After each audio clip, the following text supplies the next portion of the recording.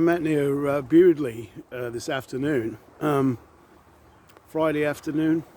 I've had a bit of rain, a bit of sun. It's been on and off strain kind of day, but not far from home, just sort of southwest of Birmingham here.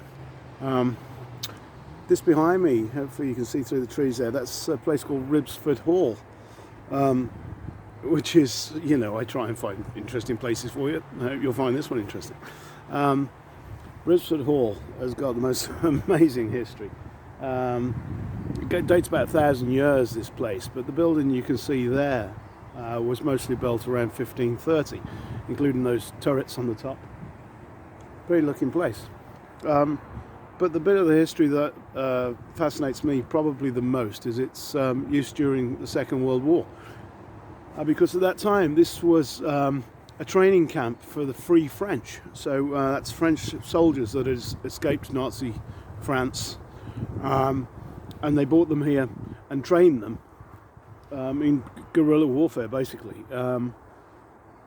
They trained them here in arms and combating, you know, Nazis, hand-to-hand combat and stuff like that, and then parachute them back into France to help the French resistance. Charles de Gaulle used to visit here often and stayed here a lot himself, and you can just sort of imagine them using the grounds around here as the training camp.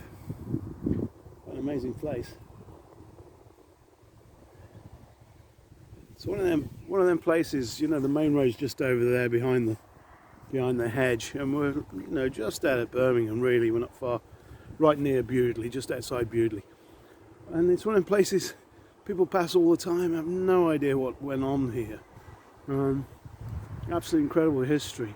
After the Free French were here, it was taken over by the British Army, the 18th Division, and they stayed here.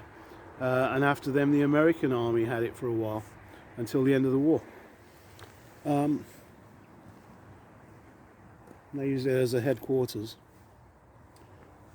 In about 1946, 1947, the hall and all the grounds around it were bought by a chap called Wing Commander Alfred Howell, which is strangely the name of my cousin who lives in Australia, Alf Howell.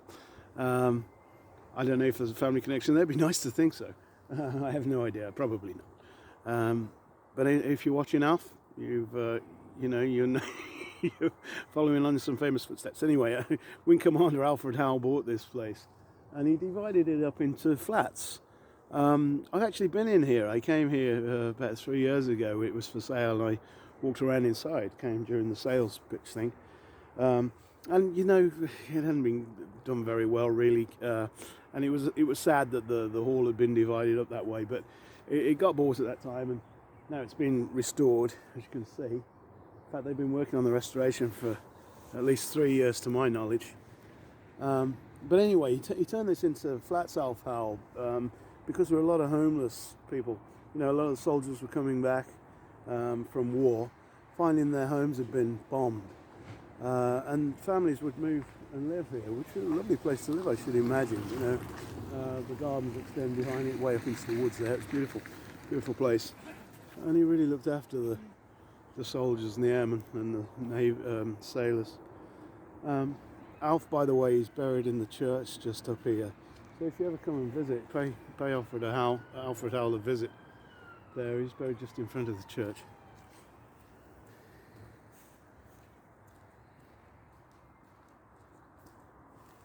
Really is a nice spot. I often stop here and have some lunch, and I just, you know, try and capture a bit of the atmosphere and imagine how it must have been during those days. Like I say, just outside Bewdley. So if you're coming to Bewdley, a lot of you folks that live in the Midlands like I do, it's a popular place. Just have a little drive out of Bewdley, come and find Ribbesford. It's interesting. Nice place for a picnic too, and the river's just across the road. Anyhow, hope that was interesting to you too, and all the best for now, and I'll talk to you soon. Bye bye.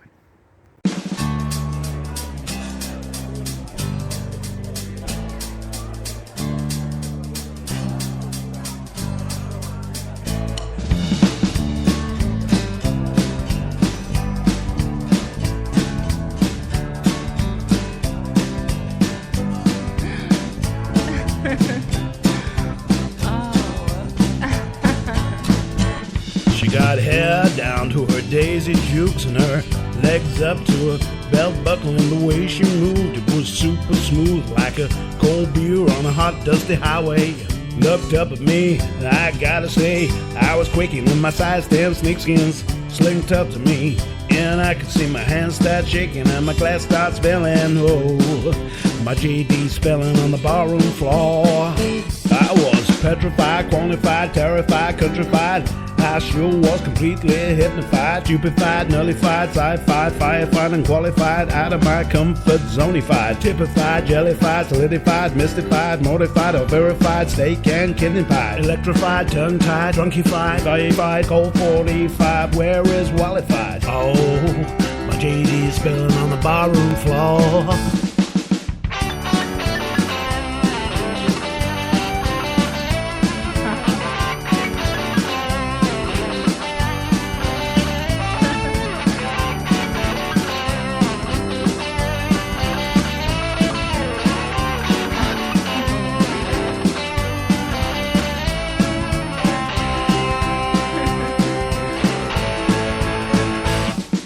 She said, boy, you caught my eye, buy me a beer and don't be shy.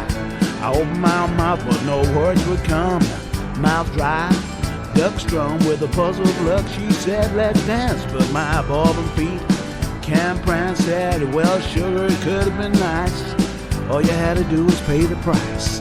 Oh, my GD's spilling on the barroom floor. I was petrified, quantified, terrified, countrified.